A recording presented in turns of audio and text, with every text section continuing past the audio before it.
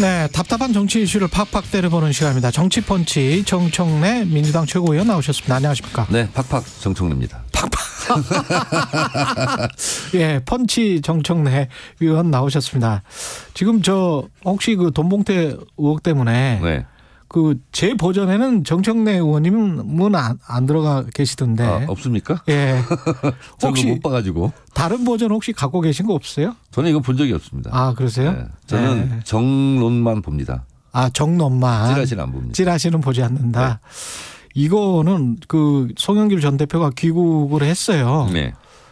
그 이후에 근데 이제 뭐 딱히 지금 당장 진실이 규명되고 뭐 풀리고 뭐 이런 거는 지금 시간이 굉장히 오래 지체될 것 같거든요. 네. 예, 민주당으로서는 굉장히 힘든 상황 아닙니까? 그러니까 이게 정보력을 보면 100대 0 게임이에요 지금. 검찰은 다 모든 걸 가지고 있고. 100대 0 게임이다. 저희는 예. 뭐 아는 게 없고 이렇죠. 저희도 좀 답답한 상황인데 어쨌든 보도된 내용이 이제 사실이라면 예. 당으로서는 국민들께 상당히 죄송스러운 일이죠. 예. 이런 일이 벌어져서. 예. 그래서 당에서는 매우 이례적으로 검찰이 신속하게 공정하게 수사를 해달라 저희들이 이렇게 요구를 한 거죠. 차라리 신속하게 수사를 해달라. 그렇습니다. 예. 네, 그래서 한 점 의혹이 없이 정치적인 관점을 떠나서 액면 그대로 수사를 해서 명명백백하게 진실이 밝혀졌으면 좋겠다 이런 입장이고 또 한가에서는 뭐 왜 장에서는 자체 진상조사 안 하냐. 그러니까요. 그렇게 이제 또 요구를 해요. 예. 만약에 한다고 그랬으면 거꾸로 또 얘기했을 거예요. 예. 장에서 뭘 하겠느냐. 꼬리 자르기 하냐. 셀프 면죄부 주려고 하는 거 아니냐. 아니 박범계 의원은 특별조사기구가 필요하다고 그랬어요. 근데 예. 의원들을 상대로 네.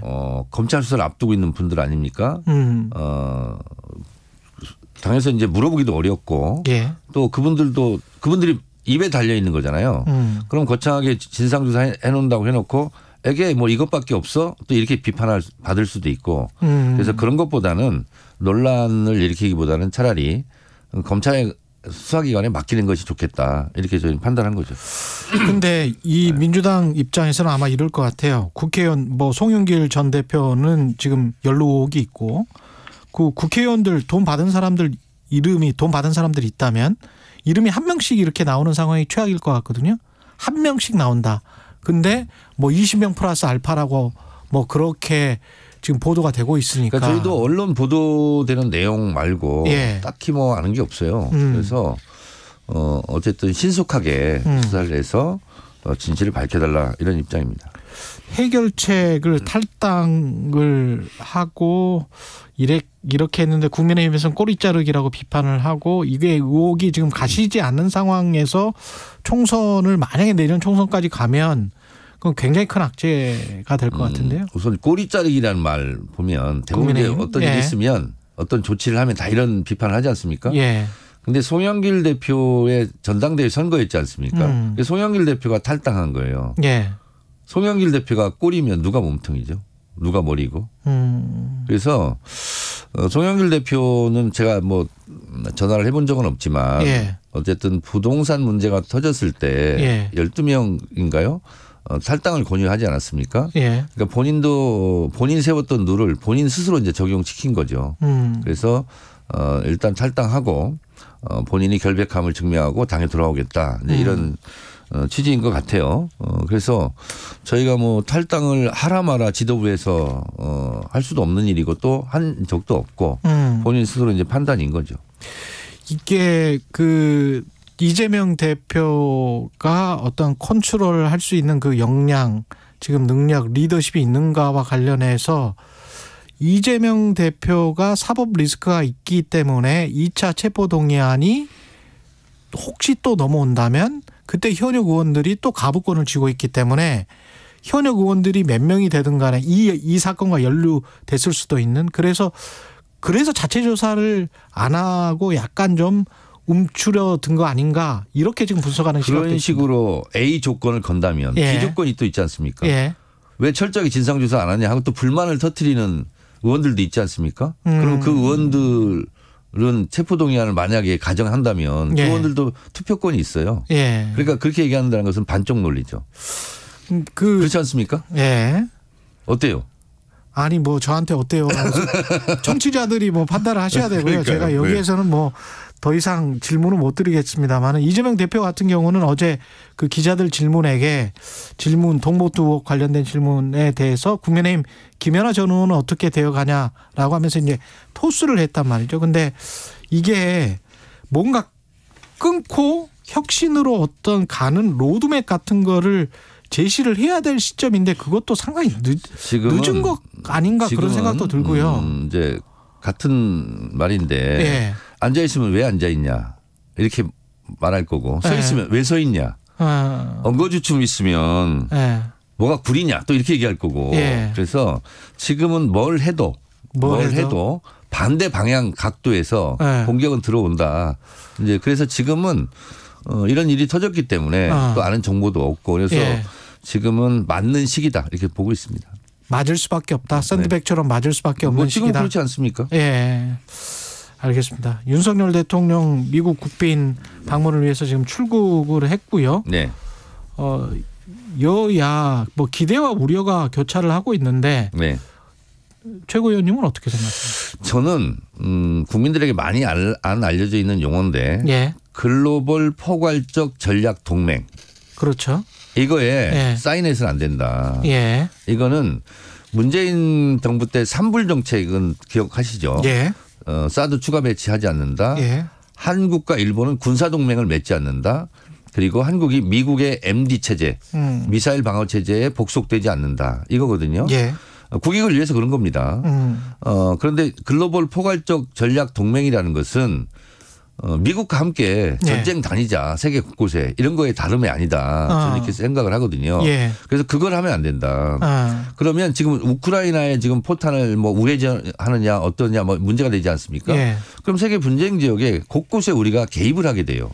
그러면 세계 곳곳과 적대국이 되면 우리가 수출을 먹고 사는 나라인데 수출이 되겠습니까? 그래서 지금 사상 최대의 지금 무역 적자 특히 중국 같은 경우는 적자 신기록 행진을 계속하고 있는데 한미 동맹이라는 것도 결국은 국익을 위해서 하는 거 아닙니까? 그래서 한미 동맹은 존중하되 또 국익은 국익대로 챙겨야 된다라는 생각에 의해서 이런 거에 더 덜컥덜컥 이렇게 합의하고 오지 않았으면 좋겠어요. 글로벌 포괄적 전략 동맹 이 이름만 그 단어만 들으면 멋있어 보이잖아요. 그렇죠. 그런데 여기 안에 숨은 어떤 덫이 있다? 그렇습니다. 네. 구체적으로 좀 이야기를 해 주십시오. 가령 이제 그 이번에 워싱턴 포스트의 미셸리 기사 같은 경우도 제목이 우크라이나와 중국에 초점이 맞춰지고 있다. 윤석열 대통령의 방미를 앞두고 그게 기사의 제목이었거든요. 그런데 우리 입장에서는 우크라이나나 중국에 초점을 맞출 일은 없는 거잖아요. 사실은. 자, 미국 그러니까 입장에서는 그런 건데. 우리는 외교부지 않습니까? 예. 미국은 뭐예요? 국무부예요. 맞아요. 이름이. 국내 일이에요. 세계가. 그러니까 뭐냐면 세계에 어떻게 보면 뭐 초강대국으로서 곳곳에 다 개입하지 않습니까?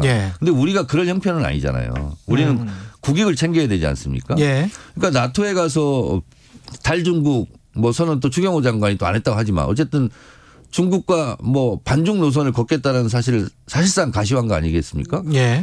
중국에서 우리 물건을 사줄 리가 없죠. 그렇지 않습니까? 그리고 우리하고 러시아는 나쁜 관계가 아니었거든요. 그런데 괜히 지금 우크라이나에 뭐 우회 지원한다 이런 얘기 나오니까 러시아에서 뭐라고 했습니까? 받은 대로 돌려주겠다. 뭐냐면 우리 국익에 도움이 안 되는 일이지 않습니까? 그런 일들을 뭐 중국, 러시아 또 UAE 가서는 뭐 UAE 저건 이란이다 해서 이란이 또 반박하고 다니면서 왜 이렇게 적대국을 만드냐는 거죠. 그런 걸 하면 안 된다. 그런데 글로벌 포괄적 전략 동맹이라는 것이 미국이 분쟁 지역에 많이 개입하지 않습니까? 그렇죠. 그럼 우리도 같이 다니면서 개입하자. 이런 것에 다름 아니기 때문에 그런 일만큼은 해서는 안 된다라고 생각합니다. 국민의힘 같은 경우는 일단 민주당의 돈봉투 의혹 때문에 한숨 돌린 걸로 봐야 될까요? 김재원 태영호 최고위원회 징계 여부나 뭐 이런 것들도 윤리를 구성하고 뭐 이랬습니다마는. 아니 뭐 저희도 뭐 좀 어려운 입장이지만 그쪽은 뭐 거의 뭐 지도부가 콩가루 비슷하게 서로가 물고 물리는 이런 관계인 것 같고. 서로가 콩가루라고 할 것 같습니다. 지금 상황. 예. 예. 물고 물리는 관계다. 뭐 그쪽 사정도 예. 뭐 가히 뭐 심상치 않습니다. 심상치는 않다. 네. 예. 그러면서 이게 꿈틀대는 게 지금 또 제3지대 이야기 대선 전에도 이야기 나왔었는데 금태섭 전 의원 신당 창당 뭐 수도권 30석 올해 추석 전에 어떻게 해보겠다. 총선이 임박하면 네. 그런 당들이 나오죠. 이때다 당. 이때. 그리고 이때다 당. 양당 욕당. 양당 욕당. 네. 네. 그래서 뭐 제3지대 신당이라는 이름은 나오는데 구체화는 될까요? 뭐 여기 지금 뭐 거론되는 뭐 우리 이당저당 선생 뭐 이름도 나오고 하다 보니까 이당저당 선생은 김종인 선생을 가리키는 이당저당 다니지 않습니까? 예, 이당저당 선생. 그러니까 신당은 아니고 쉰당 같다 이런 생각이 듭니다. 신당이 아니고 쉰당 같다. 예, 신밥 먹으면 배탈 나죠. 예. 그리고 뭐 때만 되면 뭐 철새들이 날아들듯이 뭐 얘기가 나오는데 안철수 박지원 이 두 분이 한번 재미를 본 적이 있는데 그 말고는 별로 재미 본 적이 없어요. 유승민, 이준석 등이 합류하면 좀 세지지 않을까요? 그러면 TK에는 좀 영향이 있겠죠. TK에는 영향이 있을 것이다. 네. 수도권에도 영향이 있지 않겠습니까? 뭐 물론 뭐 제3당이 나와서 후보로 나오면 표는 가죠. 근데 뭐 그것이 지축을 흔들 만큼의 뭐 그런 위력은 없을 거다 이렇게 봅니다. 금태섭 전 의원의 파결에 관해서는 어떻게 생각하세요? 그러니까 신당 그러면 참신한 인물들이 나와야 되지 않습니까? 그분들도 이미 뭐 흘러간 물들 아닙니까? 금태섭까지 포함해서. 그러면 흘러간 물로 물레방아 돌릴 수 있습니까? 흘러간 물로 물레방아 돌릴 수 없다. 네. 정의당을 중심으로 해서 제3지대 야권에서도 뭔가 리버럴이지만 또 다른 3당이 나올 수 있다. 그건 알 수 없죠. 그건 알 수 없다. 네. 예. 당내 이슈 지금 못 짚고 간 것 중에서 한두 가지가 더 있어서 그것 좀 다시 좀 돌아가서. 윤석열 대통령 얘기하자고. 외국만 나가면 이제 걱정인데 어제 또 뭐 100년 전 일로 일본이 무릎 꿇고 뭐 반성한다 어쩐다 뭐 그런 뭐 수용 안 한다 뭐 이런 생각을 해서 좀 또 가기 전에 또 사고를 치셨는데 왜 그럴까 제가 생각해 봤어요. 왜 이렇게 국민 정서와 동떨어진 마치 일본 총리 같은 발언을 할까. 지금 국민의힘 지도부나 이쪽에서는 오번역이다 이렇게 지금 주장을 하고 있습니다. 오번역. 아니 그러면 오스턴 포스지를 상대로 정정보도 신청을 하든가 미국의 언론 중재위에 가든가 그런 걸 안 하지 않습니까. 그런데 어쨌든 오보라고 주장을 한다는 것을 백보양보에 받아들이더라도 왜 오역할 말을 하죠. 그래서 제가 봤을 때 이런 것 같아. 문재인 정부하고는 거꾸로 가자. 그러니까 잘된 것도 거꾸로 가자 이런 것 같아요. 그래서 심리적으로 그런 것 같아. 그리고 윤석열 대통령이 다 알다시피 정치 경력이 없지 않습니까? 그리고 대통령이 됐으니까 웬만한 건 다 모르죠. 다 모르다 보니까 다 아는 척하는 열등감이 심리적으로 깔려 있지 않나. 그리고 참모들이 조언을 하면 나 모른다고 무시하냐? 이렇게 심리적으로 불수용 심리가 있는 것 같아요. 그러다 보니까 대통령이 어떻게 다 알겠어요. 그러면 참모들의 조언을 받아들여야 되는데 그걸 받아들이지 못하는 그런 열등감이 기저에 깔려 있지 않나. 그런 생각이 좀 들어서 진짜 걱정입니다. 그리고 지금 저 민주당 이야기 중에 아까 못 짚은 이야기들이 계속 짚어야 되겠습니까? 한 3분 남았기 때문에. 국민의힘을 좀 짚어주세요. 아니 국민의힘도 비슷하게 해드렸어요. 비슷하게 양을 맞춰드렸으니까. 아 그렇습니까? 그 송영길 대표의 전 대표의 탈당 넘어서 정계 은퇴까지 이야기 필요하다, 선언까지 필요하다, 뭐 이런 주장에 관해서는 어떻게 생각하십니까? 본인이 그렇게 얘기하지 않았습니까? 나는 정치를 뭐 생계로 하지 않았다. 직업으로 하지 않았다 이렇게 했는데 나름대로 소명감을 가지고 한 거 아닙니까? 20여 년 이제 한 걸로 아는데 그런 판단은 본인의 몫이고. 본인의 몫이다. 어쨌든 본인이 지금 어려운 지경 아닙니까? 그래서 그렇게 얘기하는 것은 좀 야박하지 않나 그런 생각이 듭니다.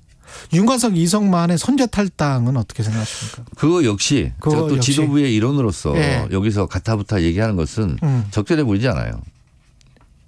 그래도 이야기해 주시면 훨씬 더 나을 것 같아요. 우리 입장에서는 훨씬 더 좋을 것 같아요. 네. 저도 속에 생각은 있는데 속에 생각은 있어요. 말할 수 없는 이 포지션이 답답합니다. 그러시구나. 속에 생각은 있다. 이걸로 어떤 제가 약간 좀 가늠해 볼 수는 있을 것 같습니다. 예, 뭔가를 가늠해 볼 수 있을 것 같아요. 가늠만 하세요. 수위를 가늠해 볼 수는 있을 것 같아요.